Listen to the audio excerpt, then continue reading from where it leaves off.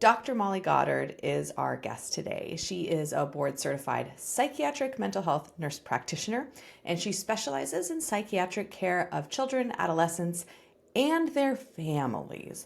Molly has a doctorate in nursing practice, a master's degree in both psychiatric nursing and conflict resolution, and she holds an undergraduate degree in nursing and Italian, which is just to say Molly is brilliant. We love Molly. And I know Molly because Molly and I were cheerleaders together in high school. And Molly is one of the most gentle, tender, loving humans perhaps that has ever walked this earth. And I have had the pleasure of knowing Molly since I was like 13, 14 years old. And when I came into high school, I didn't know anybody. And Molly was one of my first friends. And it is now true that Molly and I have maintained our friendship, oh my gosh, almost 30 years. That's bananas to say. And Molly is a parent. We started our parenting journey together. We've made many plot twists and turns in our lives together.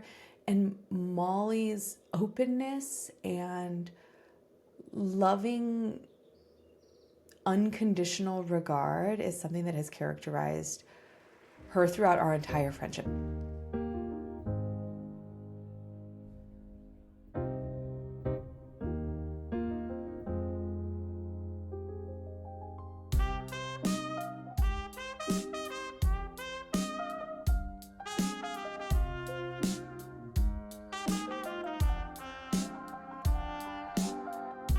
Today, Dr. Molly and I are going to be talking about kids who need a little bit more support than the average kid who might just be like yelling at their brother or sister. So we're thinking about kids who seem like they're sort of jet propelled by a motor and can't sit still, kids who might be pushing other kids or acting out in some sort of way at school, or kids who are really having trouble focusing. Basically, kids who have a higher mental health need than other kids. And if you are a parent of a kid who seems to be struggling, this episode is for you. You don't have to be able to put your finger specifically on the thing that is really difficult for your kid. Like, you don't have to be able to diagnose your kid. It's not your job. Your job is just to notice that, wow, my kid does seem to be struggling a little bit more than some of the other kids that I see. And I wonder if I could talk to somebody about that. Dr. Molly is the kind of chick you talk to. She's also the kind of professional that you lean on whenever you're suffering. Okay, let's go talk to Dr. Molly. And cue child. Hi, babe. Okay, so I love this. So, Molly Goddard, you are one of the most magical people in my life.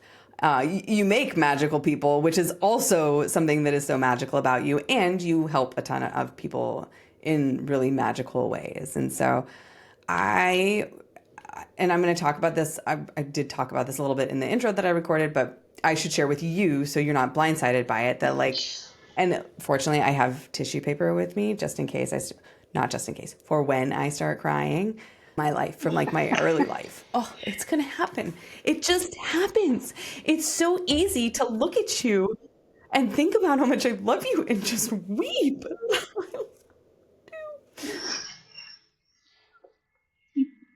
Let it. I think a lot about my transition into Moraga and how difficult that was. And how hard it is for kids to like have these big life changes. I love how Ellie's like, why is she crying?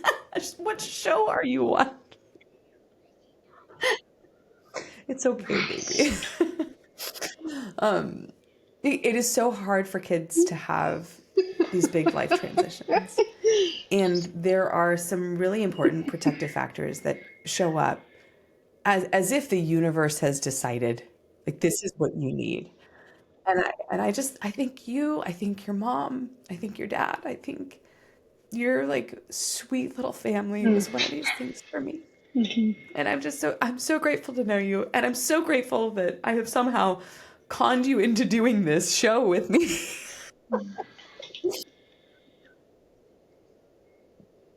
Ollie, you know that historically that has been a bad idea for many, many people. I would do anything you asked me. Let's be real.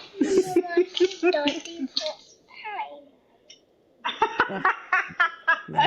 They are crinkly. They are crinkly and they are sticky and they are children. Oh, So she's crinkling. She's crinkling very I loud. think about that, and I think about the fact that now you work with Yeah. kids who are probably going through some big transitions in their lives, and how you are just continuing to be a gift for other kids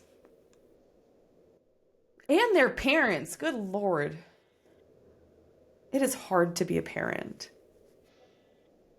Did you know that before we did this?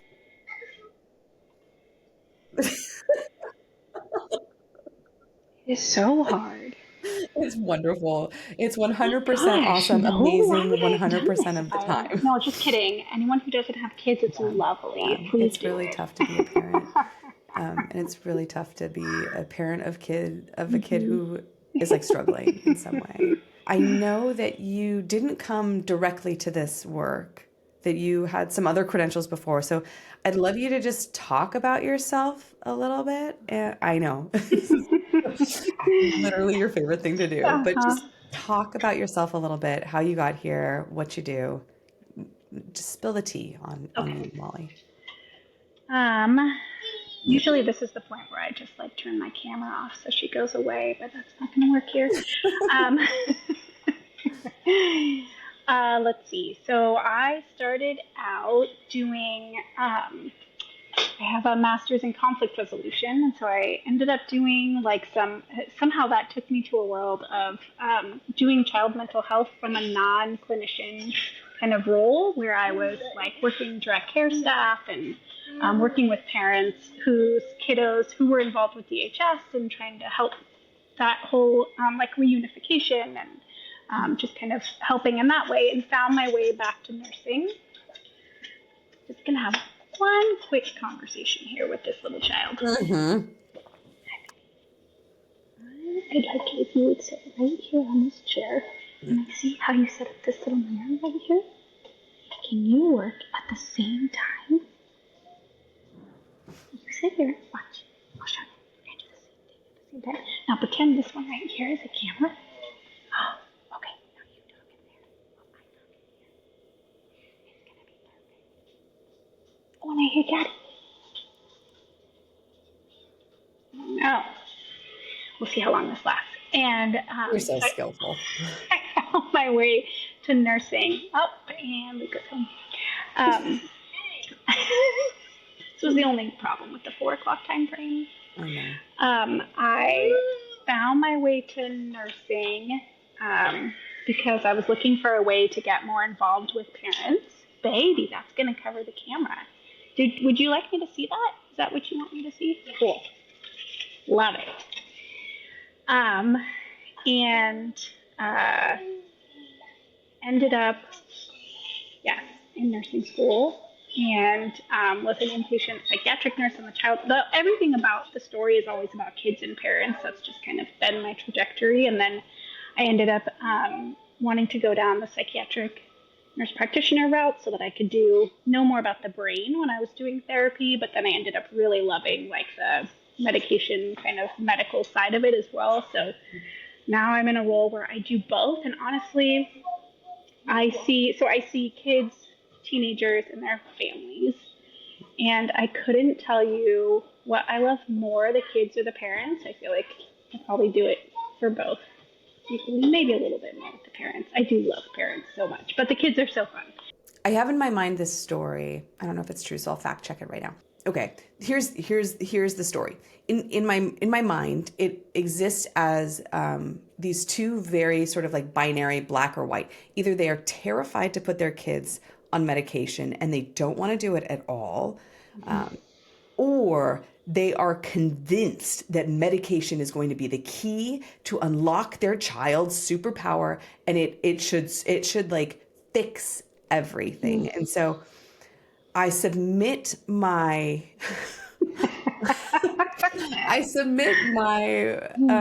likely very distorted beliefs to you for your review. And Yeah. yeah, Yes. there we go.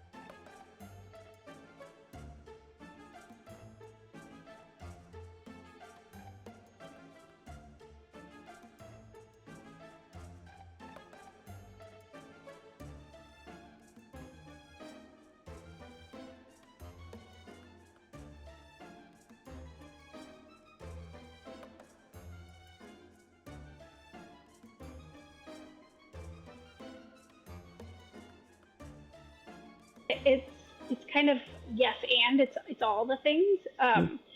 I almost never see people who are just like, I mean, okay, let me back up. When people come to me, sometimes they are like, yes, please help me. Like we need a medication and like I'm all in, let's do it. But what I've learned about them and about that experience is that they've gone through so many times of being like, no, I'm not going to do medication. And no, I'm worried about the safety of this and I'm worried about the impact and I can do this.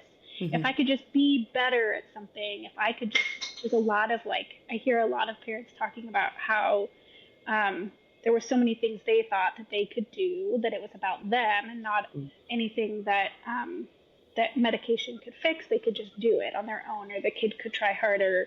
And so then it was like a process of getting there. And so even though sometimes when they get to me, they're like, yes, please start something. What I've learned is that that was a long process of like, no way, that got them to the door to come in and see me. Yeah.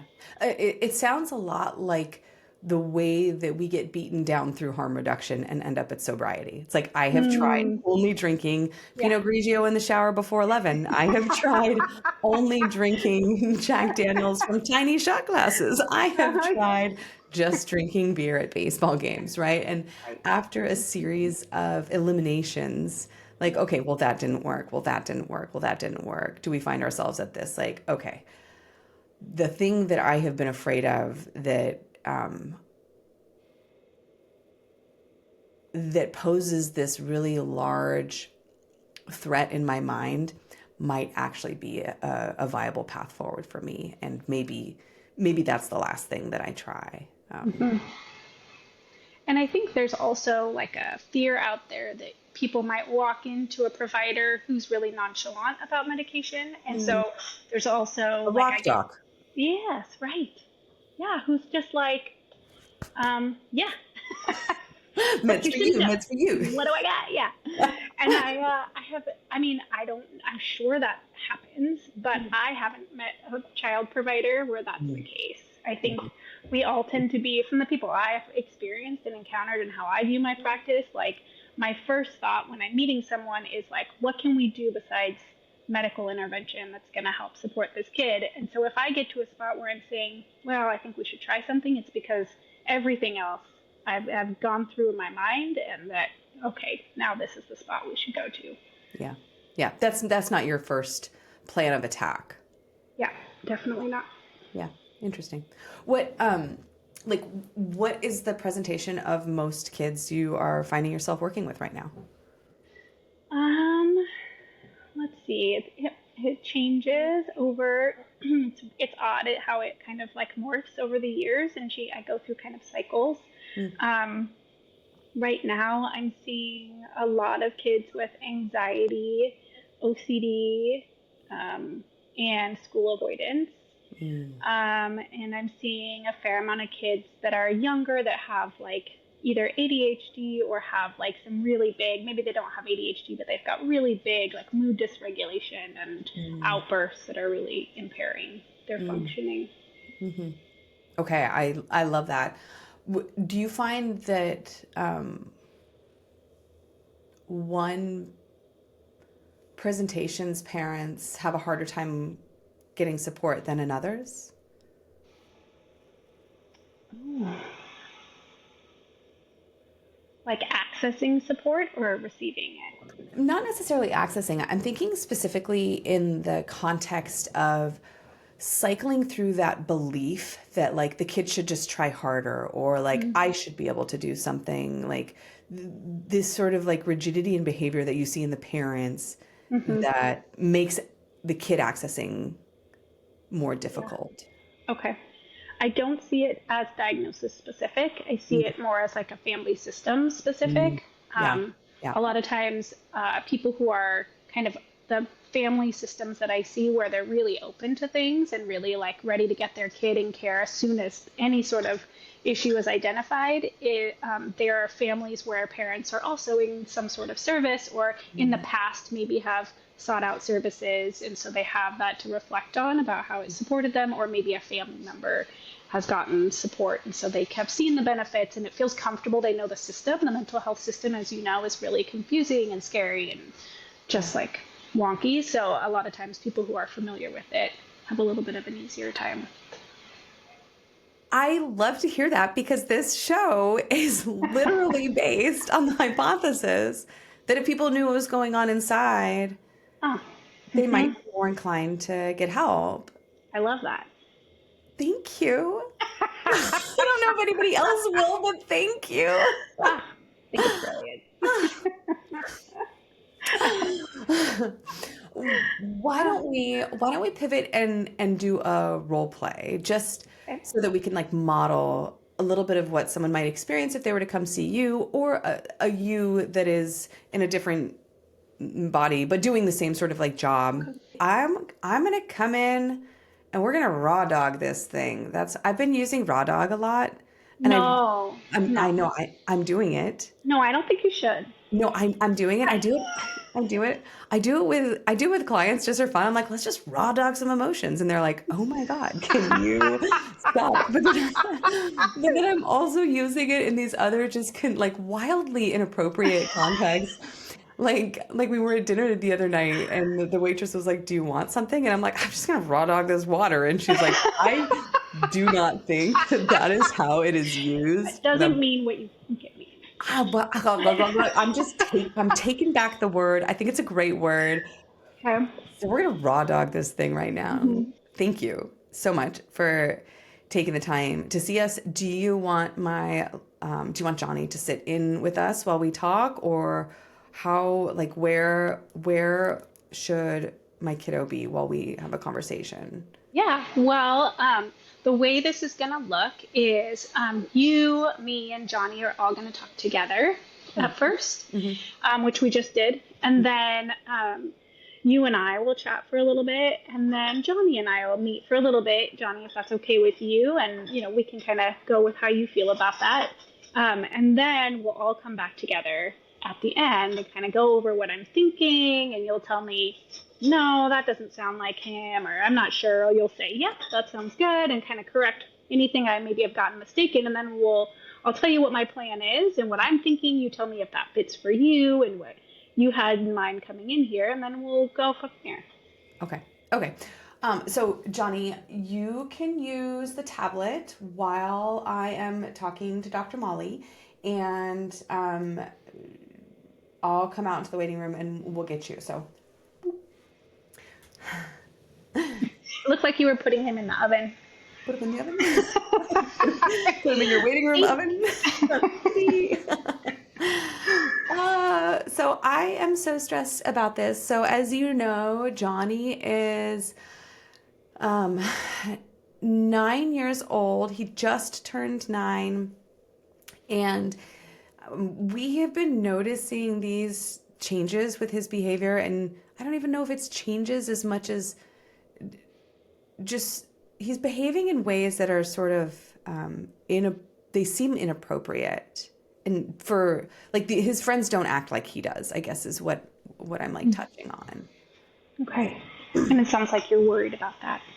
Yeah, I'm worried about it. We get notes from the teacher that he is like behaving differently than some of his friends, and or that he's disruptive in class, or we've got him one of those wiggle seats, and that is helpful to a certain extent, but then he roams the classroom sometimes, and he's not supposed to be roaming the classroom, and they've found him like on the playground during periods where he's not supposed to be on the playground, and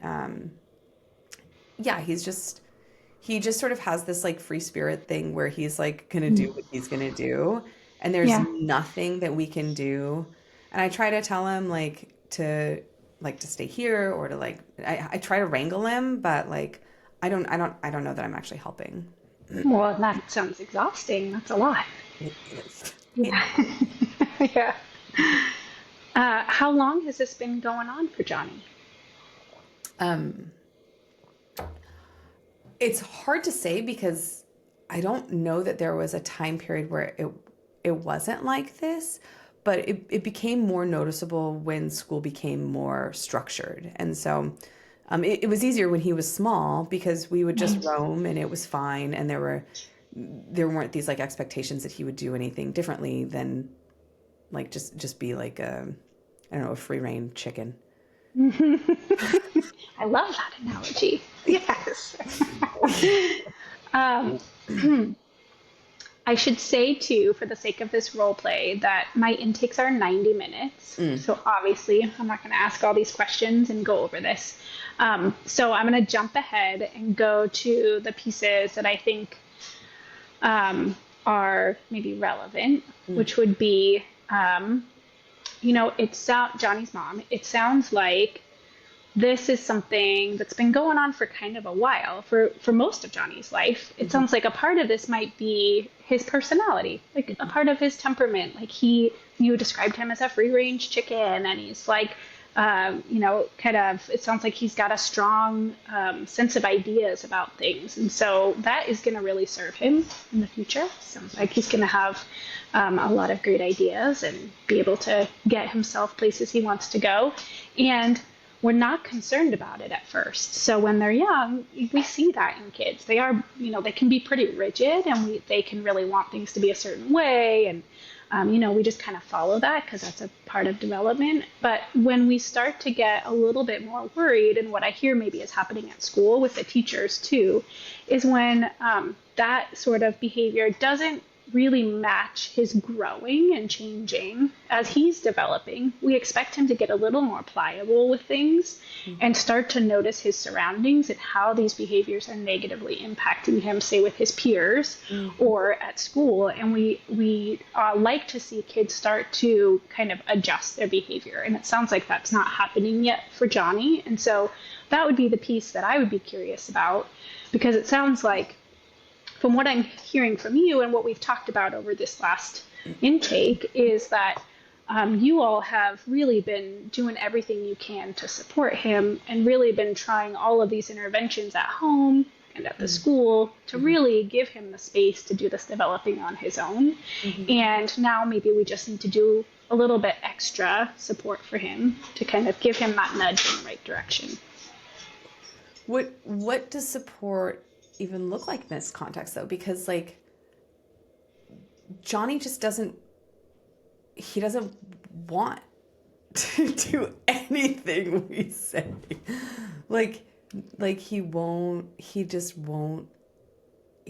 listen at all, right? And like even like when we're talking, like I don't know what is going on with him, because he flits off after just the shortest conversation. Like he can't, like I had one of my girlfriends say that her son was like worried that Johnny doesn't like him because like he won't engage in conversation with him, right? And so it's like I try and like coach him around that, and like you gotta like listen to your friends. So like I don't know, I guess I'm just sort of curious around like, yeah, like what does support look like specifically? Like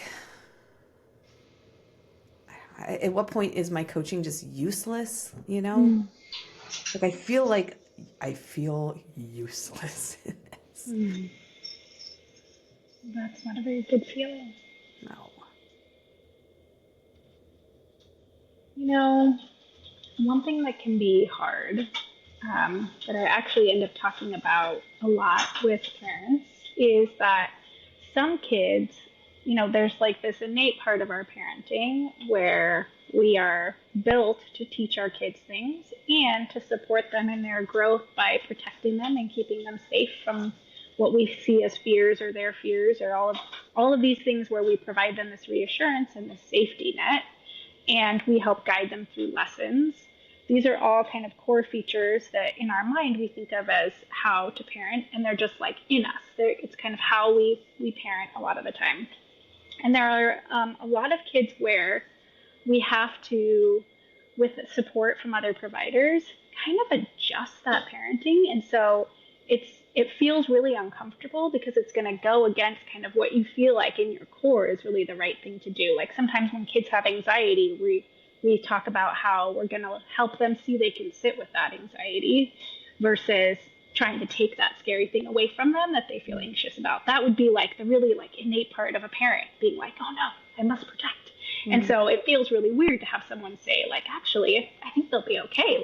Let's help them see that. And it's similar in that way, where we have to change the way we talk a little bit to some kids, where we provide, our teaching sounds more like curiosity for some kids than it does lessons. And so instead of asking questions and teaching lessons, we become curious. There's a book about it called Declarative Language Handbook, and it's a really great, just like 100-page book that has really great examples that I can give you a copy of. And it's about helping our kids kind of learn how to problem solve on their own by doing things like, instead of saying like, it's a mess, clean this up, we notice, I notice the cards are all over the ground, because they are in my house right this minute. And so we say that to our kids and kind of give them the time to see what will happen next and help prompt them so that they start to learn, like, oh, that means I should go over there and pick that up. And so there's several steps that he might need that are extra, that maybe we just need to start kind of noticing the spots where he's going to need us to respond a little bit differently. And it'll just take some time of me getting to know him and getting to know you.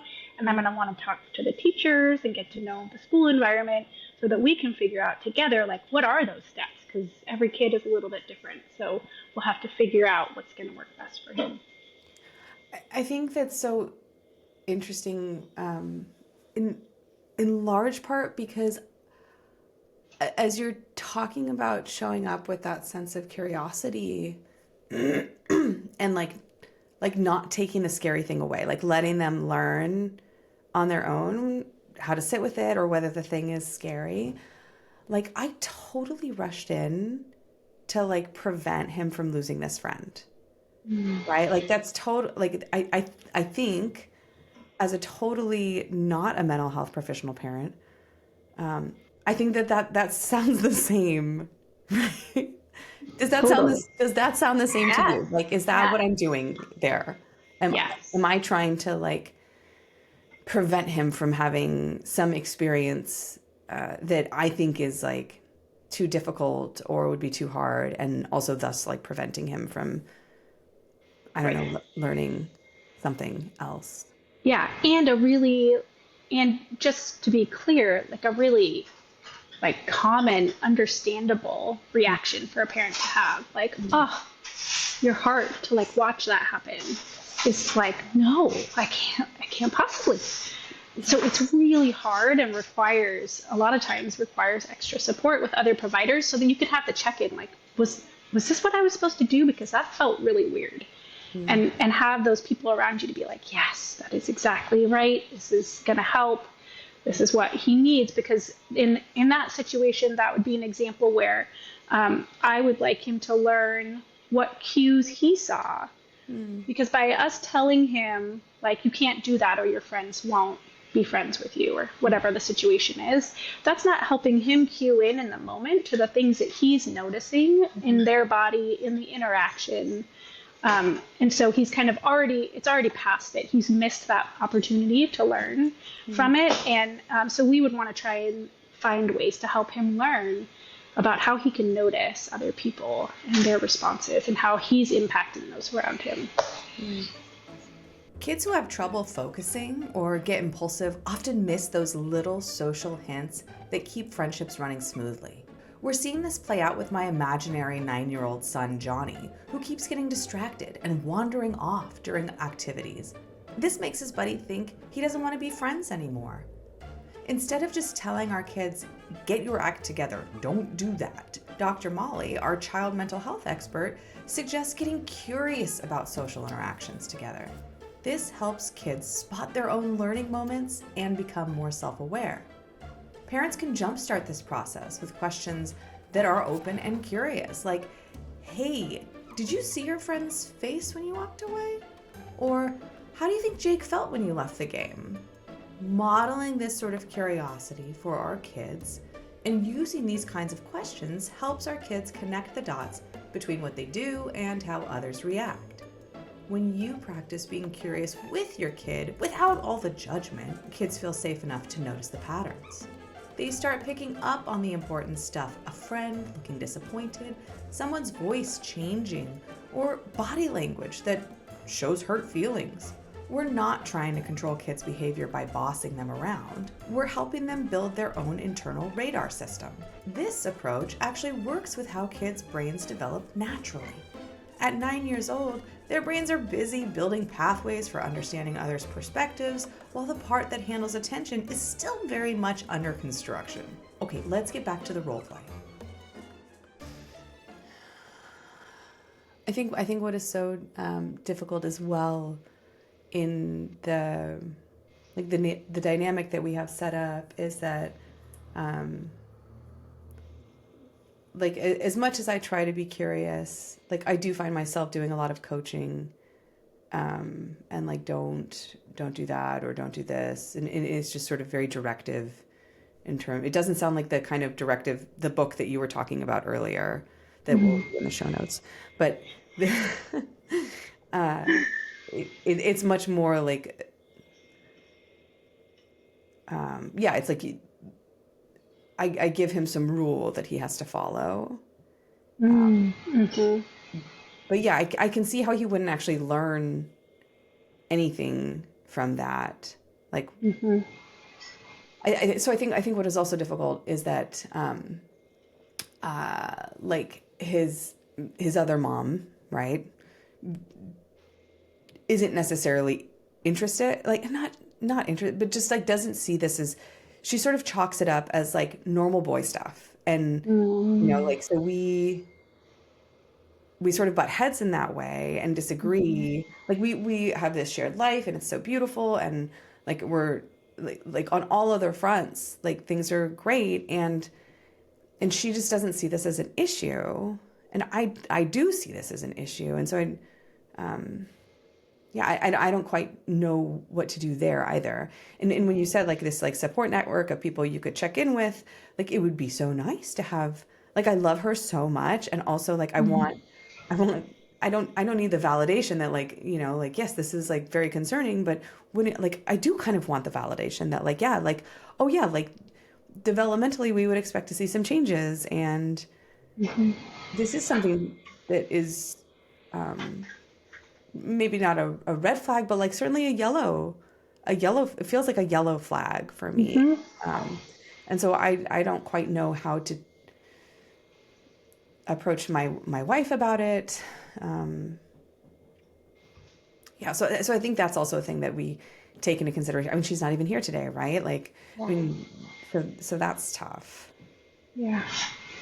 Yeah, so it sounds like you're worried that there's like this other piece to the picture that is going to be needed in order to help make this happen for Johnny, and we're not really sure how that's going to go because she's not here to really talk about her side of it and how she views it.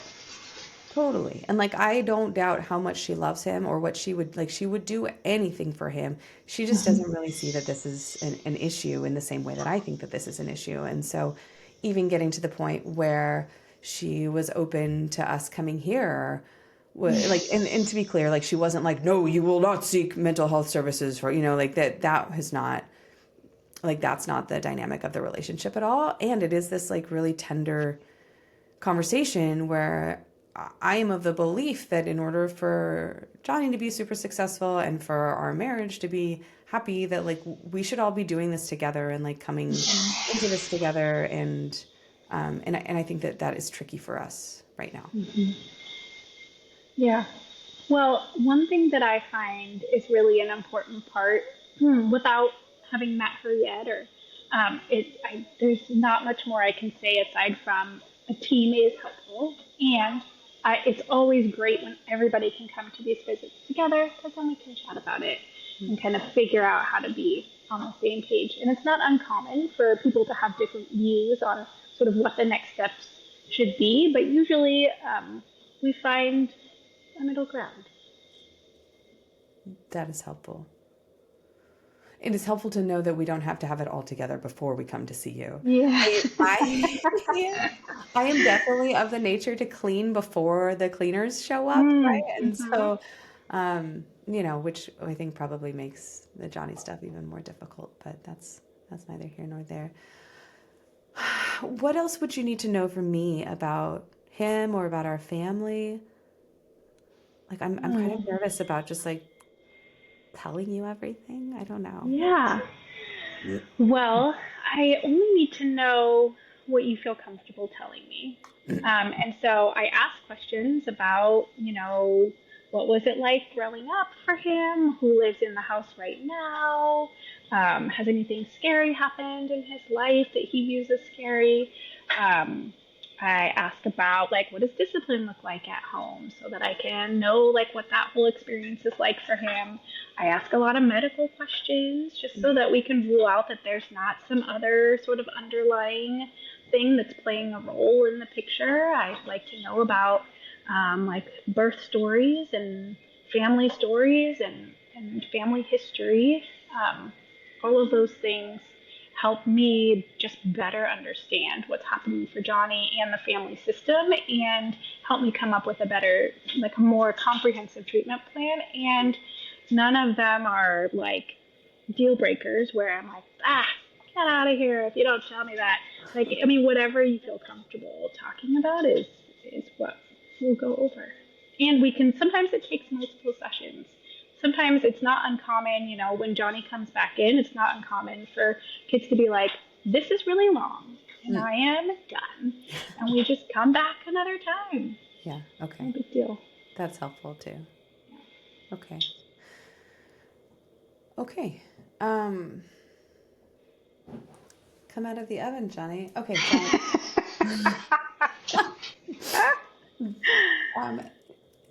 Johnny, Dr. Molly and I had a great talk, and we're gonna come back and see her. I don't know when Next week. Next week. Okay. And what should we plan in terms of our next visit? Like, do you want us to do stuff?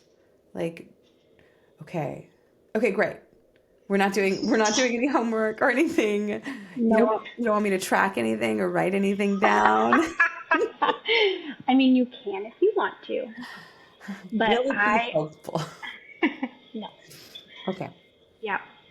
We're not collecting that kind of data yet. Okay.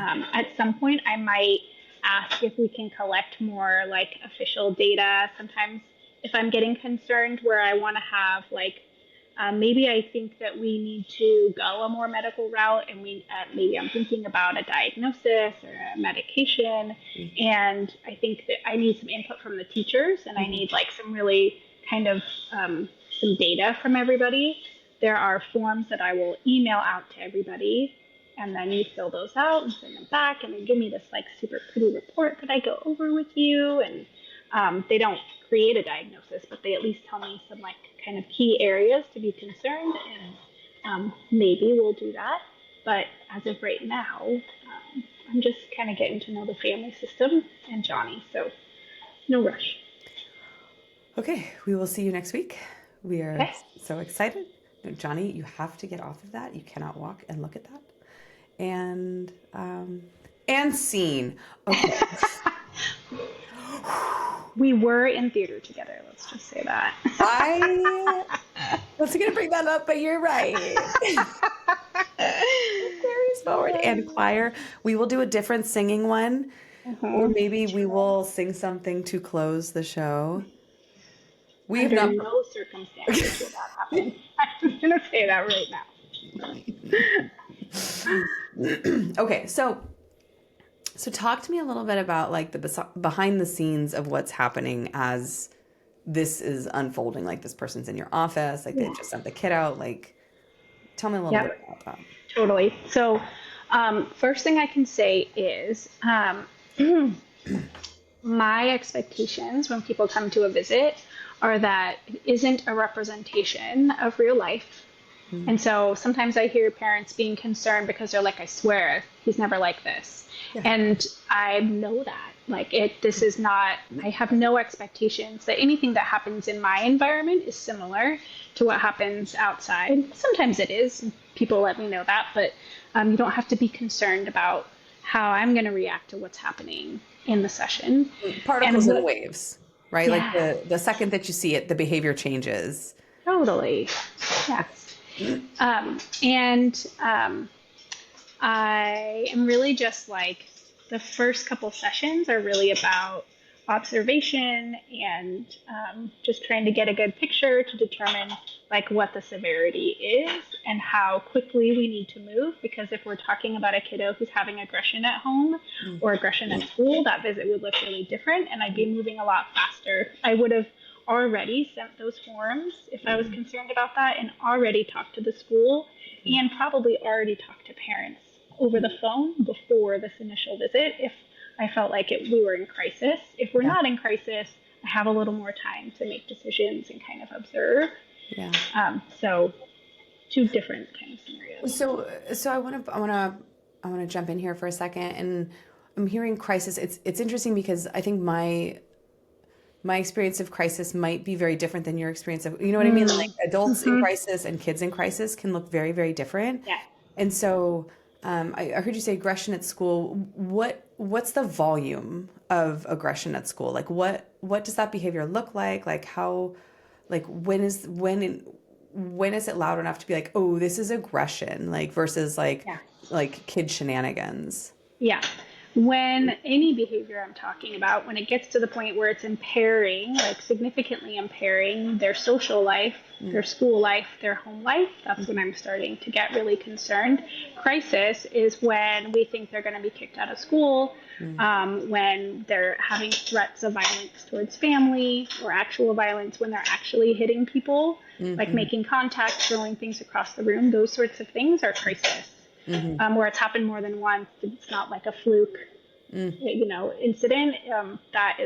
That would be crisis. Another example of crisis in my mind is if a kid's been out of school for an extended period of time from school avoidance. That's a crisis. They can't be out of school. But Yeah. that's just Yeah.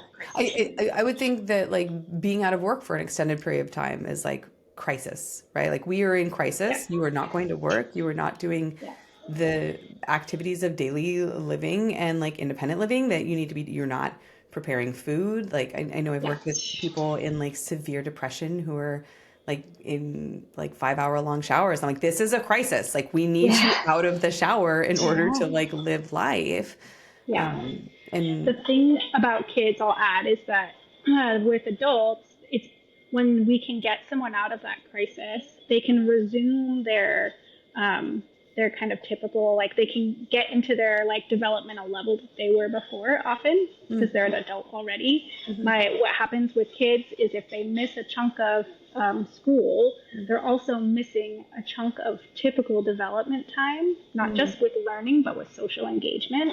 And so that's a piece that now that they're back in school, whenever that happens, they have to catch up on all of that. And so there's this catch up period that happens where even maybe they're feeling better and they feel like they can do this.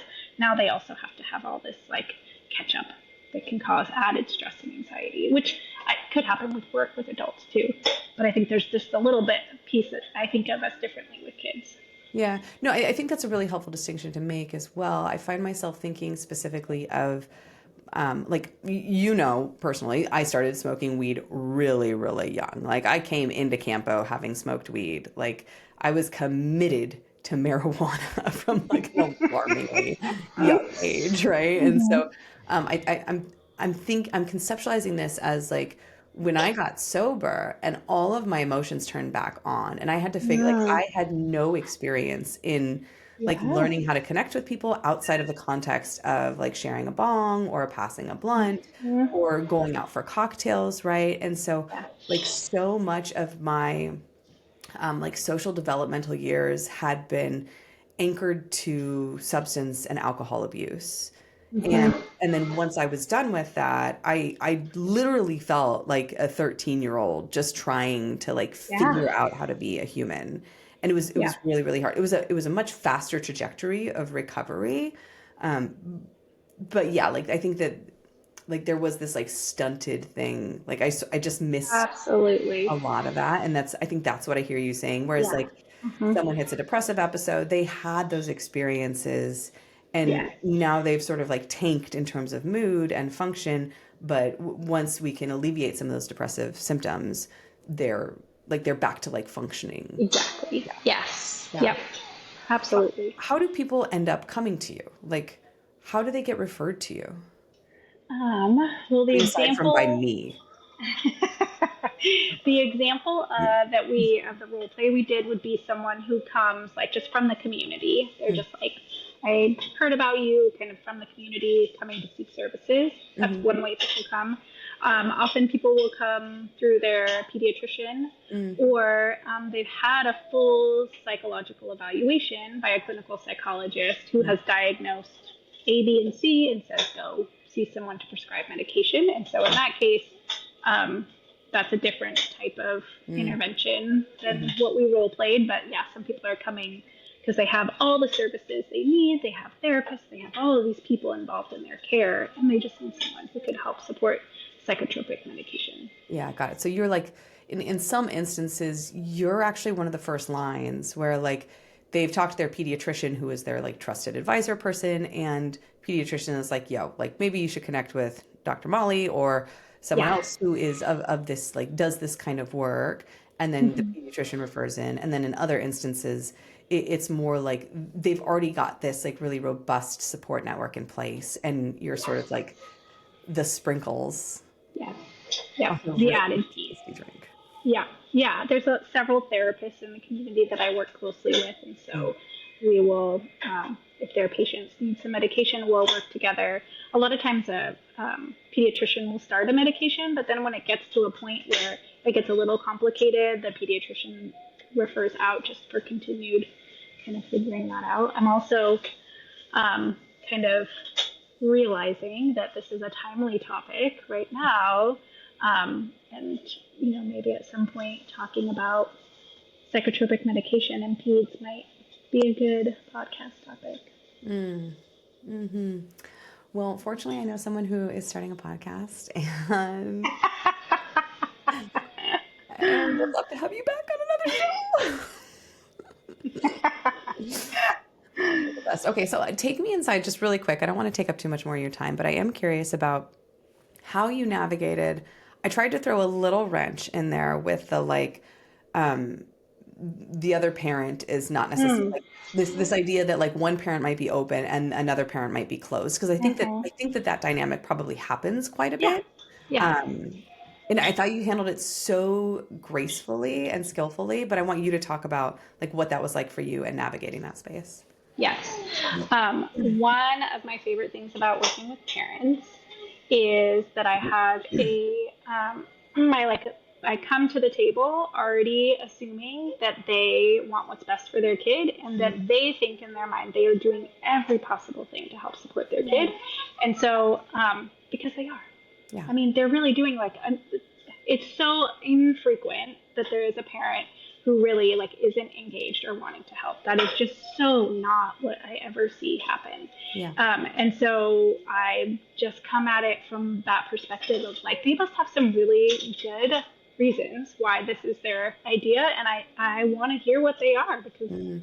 that matters. And we got to take that into consideration. You know what I so deeply appreciate about how you just facilitated that whole experience is that you were able to maintain this like genuine sense of curiosity. And you talked a little bit about like you modeled it for me as the parent coming in. It wasn't just like, oh, you should be more curious about your like maybe, you know what I mean? Like you modeled this sense of curiosity and this openness both to my experience, it was super validating, and to my partner's experience and to little Johnny's experience who was in the oven. I'm so sorry, Johnny.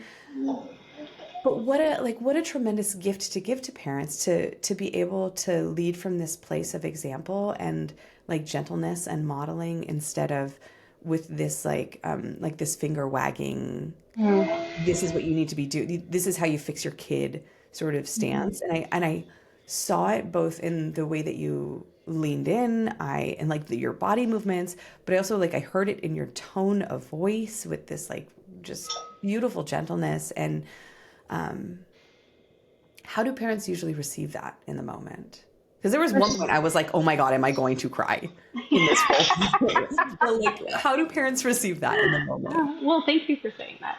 That is like that's my goal is not to make parents cry, but to like really make parents feel like I am an ally and I am here to support them and that I don't, I'm not judging them because so many parents that I've encountered come in with this like fear and they tell me, oh, it's one of the things that you were asking in the role play was like, what are you going to ask me and what am I going to have to tell you? And what's funny is I never really, I can't think of many times where parents don't come in just wanting to tell me every possible thing that's ever happened and blame themselves for every possible possibility and give me every example of every time they think they were the worst parent in the whole world.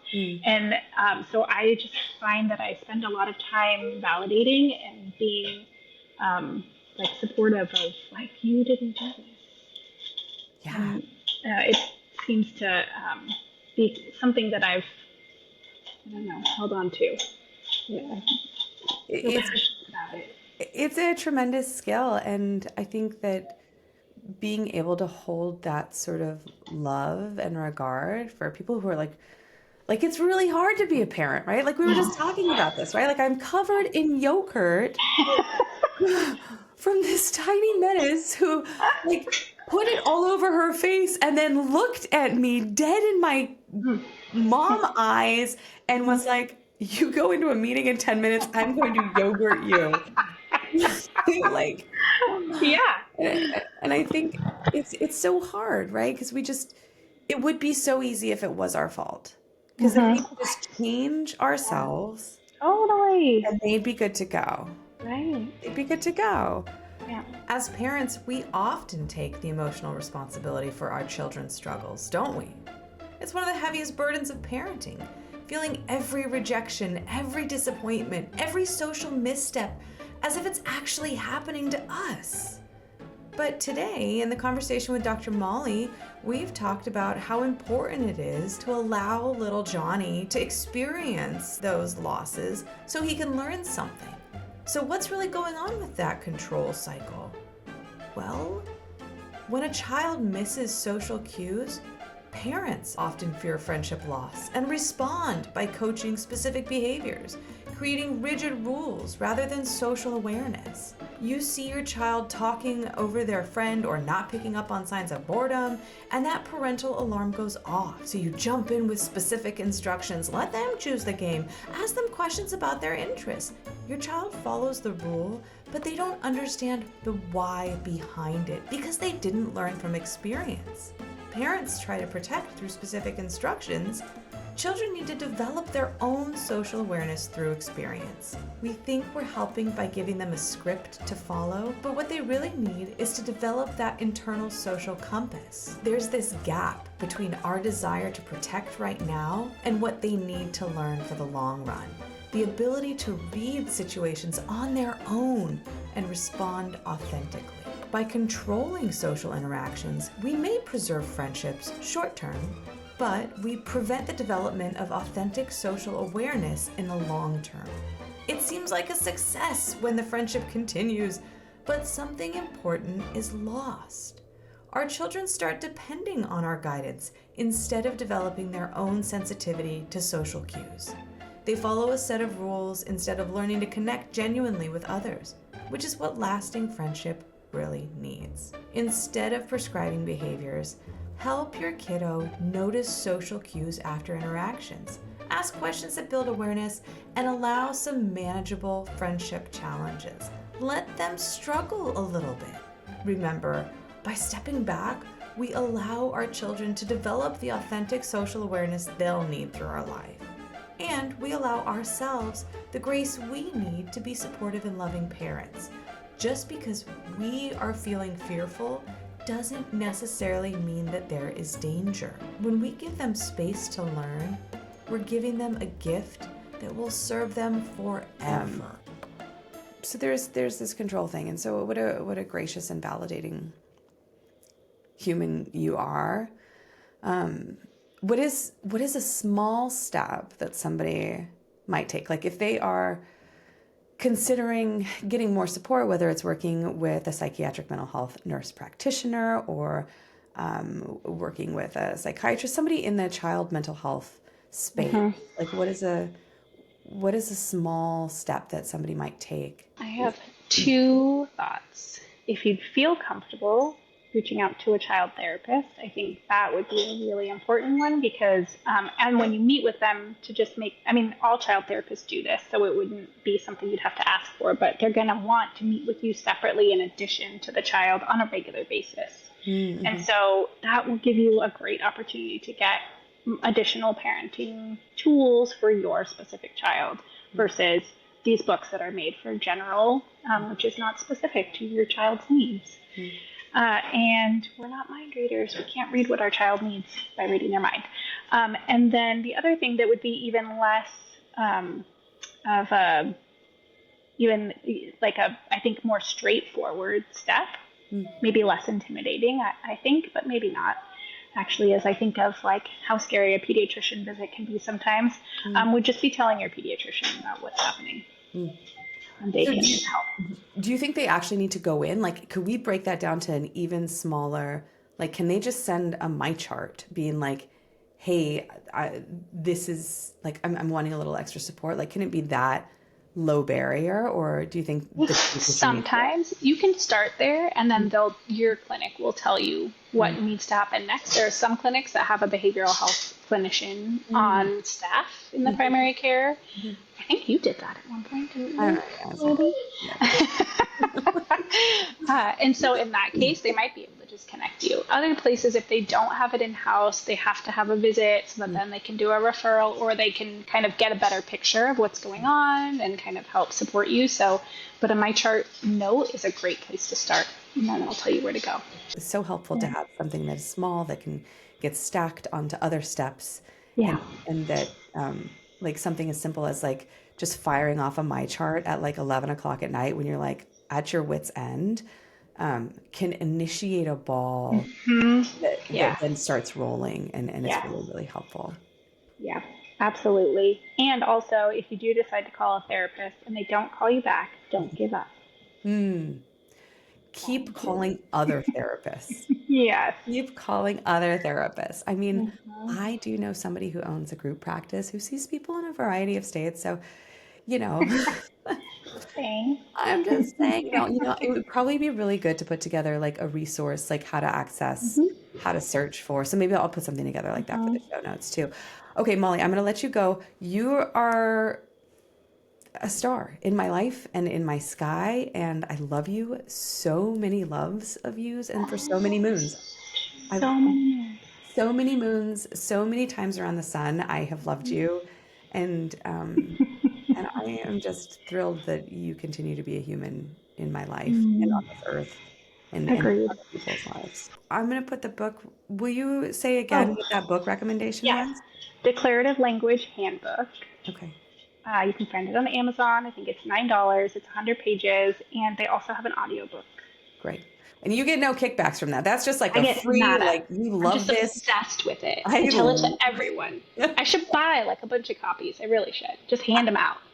I email the author and let them know, and maybe they'll send you a bunch that you Right? can just, yeah, like you might not be a rock doc, but maybe you're a declarative parenting doc. You can just like, I like Mm-hmm. it. Okay, I'm gonna let you go. I love you. Love Have a you. great rest of your night. You too.